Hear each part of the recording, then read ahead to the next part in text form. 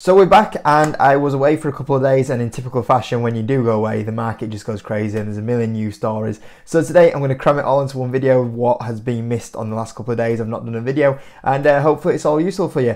Today, unfortunately, most of it is actually bad news. Now, you guys know me, I'm bullish on the stock market. I came to this year in 2023 saying I'm actually quite optimistic for stocks this year. But unfortunately, this week I've seen some bad news in the market, and the market hasn't priced it in. And for me, I'm looking at what's going on in the background. I'm a little bit worried. So we'll get on to what that bad news is in a little bit. First of all, I just wanted to point this one out, which is Inmode. Inmode reported earnings yesterday. The stock was up 10%, and these earnings are just, you guys know me, I've owned this stock for 2-3 years now. I'm up 100% on this stock. And the scary thing is I look at the stock and I'm like, I should be up even more. That's the crazy thing. This stock is just so unbelievably cheap for the financials that this company is pulling out. They brought out earnings. The EPS was a beat. It beat by 0.09. Revenue came in at 20% year-over-year growth, and that was a beat by nearly 4 million, which is quite a big beat for a company this sort of size. They came out with Outlook. Outlook, once again, that was a pretty strong outlook, and we know Inmode, if you've been following this company for a while like me, they are the kings of sandbagging guidance. They do it so much every single year. You saw it last year. And yeah, it looks so financially really good. The profit is so good. And the crazy thing is now, you look at this company here, it's trading at 13 times forward earnings. You're picking up Inmode at 13 forward times earnings. That's just brought out a big beat on EPS, big beat on revenue, and fantastic outlook. And it's growing at 20% year-over-year growth. Like, this is premium company quality here, and it's 13 times forward earnings. And this is what I mean. I'm up over 100% on this position, but I think I should be up even more. I think we're talking nearly 200-300% up. I should be up on this one right now, which is quite scary. But at least he got some respect yesterday on the share price after bringing out some fabulous earnings right there. But getting on to some of the stuff that was the actual weak points and what I'm actually seeing, some of the bad news at the moment in the stock market. So yesterday, the S&P 500 was basically flat, 0.028%. We'll call it flat on the day. The Nasdaq was actually positive. You know, the actual Nasdaq was negative, and then as we kind of went on through the day, it actually rallied up into a positive manner. And the stocks, the indexes are starting to take a little bit of a breather, which is needed because they've gone. I thought we were going to have a good year, and I was bullish for the market this year. And I'm always permanently bullish, but I was getting to the point where we're starting to move up a little bit too quick here. Like, the issues aren't as bad as what has been priced in as they were in 2022, but now we're getting, the market always seems to go from one extreme to the other, where we're too far bearish or we're too far bullish, and we always go from one extreme to the other. And I felt like we went too bearish, but now I'm starting to look at this going, okay, maybe we're going a little bit too bullish here. You know, we had a bit of a run up, and yesterday the stocks market did okay, and I thought yesterday was a day where we should have gone, okay, if we need to take a break, today's the day, because there's still a few worrying signs out there. And these were the worrying signs. First of all, there was two worrying signs. Actually, I'll call it three. The first one was inflation. So inflation came out yesterday. The consensus was to be 6.2, and it came in at 6.4. If you go off trading economics, they actually predicted 6.3. But either way, the inflation was not dropping as much as what we thought it was going to drop. Now, the positive thing is that it is still coming down in a positive direction. However, it is not coming down this month. It did not come down as quick or as what we were hoping for. Now, the big thing is what the market's pricing in at the moment is it's priced in a big drop in inflation. But if that inflation is dropping rapidly, the Fed, what are the Fed going to do? The Fed could potentially pause rates, or potentially only do a maybe 10 basis points hike, and then pause interest rate hikes. But for them to do that, they've got to see inflation come rapidly down. Now, unfortunately, that this month or yesterday broke the trend. It did come down, but it didn't come down as much as what we are hoping for. And at the moment, if the Fed are going to pivot, they need to see inflation rapidly declining. And that didn't happen yesterday. And I was a bit like, okay, that wasn't a good sign. Now, don't get me wrong, it's only 1 month, and the Fed still have probably they'll probably get the March inflation data out before they meet for the next interest rate. So there's still time for inflation. You know, let's say inflation comes in and once again a big drop. Let's say it touches the 5% range in the next time we get some inflation data out.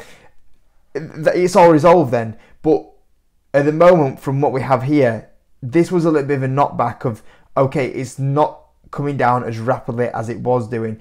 And for that, and what the market's been pricing in, that the Fed are going to pivot pretty much, and inflation is rapidly coming down, the market yesterday should have had a break, and it didn't. And that was a little bit worrying to see here. Now, I know a few people are out here saying that, oh, you know, inflation's still coming down, it doesn't matter, it doesn't come down, it doesn't matter if it's not coming down rapidly. If it wasn't for shelter, inflation was, you know, extremely low.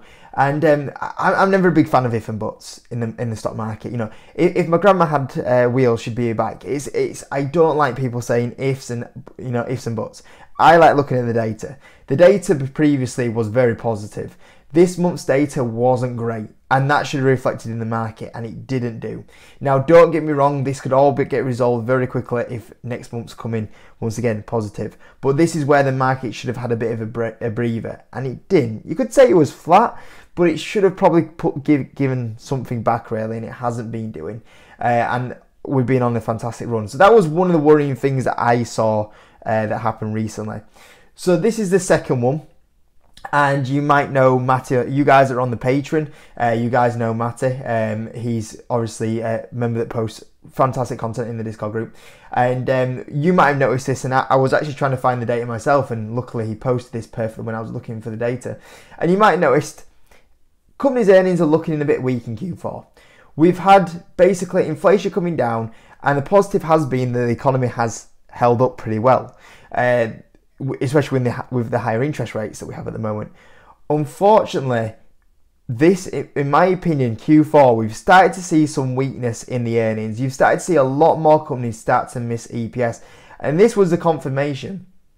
So if you look here, overall 69% of the companies in the S&P 500 have reported actual earnings for Q4. So we've very much passed the halfway point now in earnings season. At the moment, 69% of companies have reported actual EPS above estimates, which is below the percentage of 70% at the end of last week, below the 5-year average of 77%, and below the 10-year average of 73%. So we're not massively deteriorating just yet. And people argue, well, it's analysts. Analysts can get it wrong, the EPS, by a little bit, and maybe they've got a little bit more wrong this quarter than what they normally do. But I think when you look at a lot of businesses here, you can see that the EPS has been weakening, and some companies are starting to get hit by that financially. And I've noticed a lot more companies missing EPSs this time.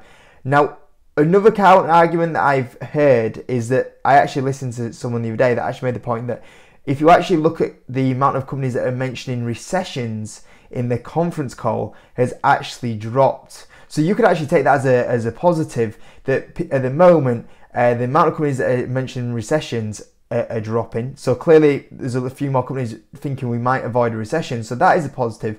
But also what I'm noticing is a little bit negative is the numbers that are coming out, and Q4 is starting to show a little bit of weakness there, which I thought should be maybe reflected in the markets a little bit. And this goes to the last point in the markets, and I think that the market is getting distracted a little bit. And what I mean by that is, you might have saw last week we talked about Disney. Disney brought okay earnings out. I'd give them maybe 6 out of 10. I think at the time I actually gave them 6.5 out of 10. It was something like that. The point being though is that the stock was up over 8%. Like, the market really liked it. And you're looking at that and going, well, why is the market really liking it? Because you actually look at the numbers weren't amazing.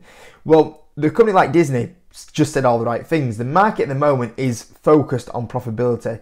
Profitability, efficiency, job cuts. That's what the market wants to hear. You talk about efficiency, you talk about cost cuts, you talk about profitability, you can get your stock to do okay at the moment. It doesn't really matter much about growth. It doesn't really matter about the numbers that you're doing. It's just that if a company mentions to focus on profitability, they do well. And especially at Disney, they said, oh, and also we'll pay you dividend. The markets are loving dividends at the moment.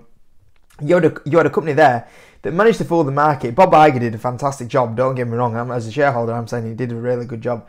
But you had a company that brought okay earnings out, and then it went up 8%, and we're totally where we were from a few months ago, where companies were actually bringing out decent earnings, and then the stock was going down. And it's really weird to see sometimes the market, the disconnect in the market. You know, we had a disconnect previously where it was okay and the market went ultra bearish, and now we have a disconnect where earnings are coming in okay, but yet stocks are going crazy just because they're saying the right words that Wall Street want to hear and talking about efficiency and profitability. A prime example of maybe the market going really risk on, and maybe too far risk on, was Palantir. Palantir brought earnings out on Monday. The stock was up 21%. You actually dig into Palantir's earnings, and they weren't good. They were okay, but they definitely didn't deserve the stock to go up 21%. If you actually take a look at the financials here, the company's at a 167 times forward PE. Like, this is, you know, this is quite a rich valuation. And if you look at price sales ratio, it's like a 10. You know, it's a pretty rich, you know, price to sales ratio as well. It's not a cheap growth stock. But then this growth stock comes in with 17%. I'm sorry, but if you're 167 times earnings and trading at 10 times sales, and you come in with 17% year-over-year growth, that's not good enough. Like, I know the market's focused on profitability, but you imagine you brought 17% year-over-year growth out a while ago, your stock would have got absolutely trashed, and it just shows you how extreme the market goes to one end to the other end. And for me, I was like, if you're commanding this sort of value, you surely shouldn't be getting away with 17%, even if you consider it in the macro environment that we're in. I don't think that was good enough, but the market went on to do it, to like the earnings from Palantir, because they came out and said, oh, we'll actually make profitability this year. And, you know, when you look at the numbers, the EPS was a slight beat, revenue was a slight beat, 17% year-over-year growth. You actually look at the outlook was weak. You know, the revenue was expected to be 503 million to 507 million versus the consensus of 520 million. A major miss on the Q1 outlook, and even on the the 2023 outlook.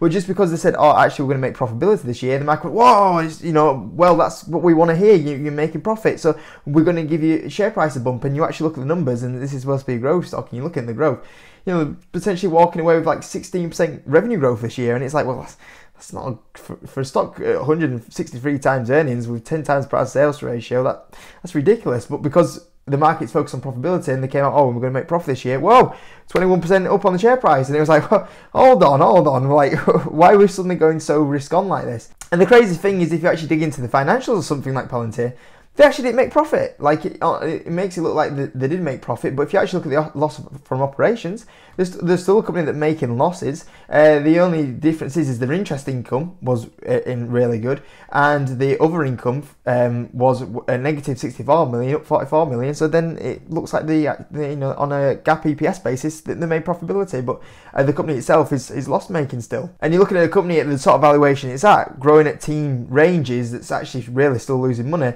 And then just because they say, oh, we're going to make profit this year, like, it goes absolutely crazy. And I'm looking at the stock market right now, and don't get me wrong, like, I'm always, you know, this, in the longer term, it pays to be a long-term bull. In the stock market, you'll get rewarded for being a long-term bull, because your returns are bigger than the downside on a bear market. You know, we talked about that, you know, a week ago. And the other thing is that, you know, bull markets last longer than bear markets by, you know, nearly 3 times, 4 times. So it pays to be a bull, and I will always be bullish on the stock market. But the problem is that even me at the moment, and someone that, you know, I said that 2023 will be a good year, but I look at this going, okay, we've gone up a lot here, and when you look at some of the things there's still issues around here. You know, you're looking at some companies that are starting to show weakness. You're starting to look at companies that are showing weakness in the Q4 range. You're starting to see inflation. It's still coming down, which is really positive, but it's not beaten just yet. And people are expecting the Fed to pivot. And it's like, well, are they going to be pivot, you know, in March time? Will they pivot if inflation isn't coming back down to that 4% range? You know, there's a few worrying things out here, and I'm looking at the market going, you're pricing a lot of positive things in here, and there's still a few negatives here. We're getting a bit carried away. And for me, yeah, in the last week, I thought I'd make a video on this, just saying I've seen more things to make me more negative on the market this week that I haven't seen for a while. And you know, don't get me wrong, I'm still bullish on the market. I'm still a perma bull, but I'm just seeing how the market's going at the moment, and I'm just thinking, it's time to just not get too carried away at the moment. Like, I think in the long term, you know, we will be okay, but I think the market is just ignoring a lot of short-term issues, and issues that really, you know, caused the market to drop massive in 2022 are still existing, and it seemed to have forgotten it a little bit. And it's like, I just wanted to make this video, like, just saying there's still some things out there that need to get resolved, and it's important to not get carried away, and it's important to realize the market can go from extreme fear to extreme greed, and it seems like that switch has been flicked. And, you know, maybe just calm down a little bit at the moment. You know, I still think we'll be okay in the long run, but there's definitely a few issues there just to, you know, be keeping an eye on and watching, and maybe not get, you know, carried away, because if inflation does start not coming down rapidly, you know, and the Fed then starts hiking interest rates up, you know, in March time, you will see a massive different tone to the market after they've been pricing in, you know, so much positivity in the last few weeks anyway. So yeah, I just thought I'd make that just a few things that I've noticed recently just to keep an eye on. And unfortunately, a little bit bad news today, but let's see how it all plays out in the longer term anyway. Hope you enjoyed the video anyway. Special like button if you're new around here, subscribe. And I'll just mention really quickly, Trading 212 currently do have an offer for a free share. If you join them, that free share can be worth up to £100. So do go check that one out, and I'll catch you in a bit.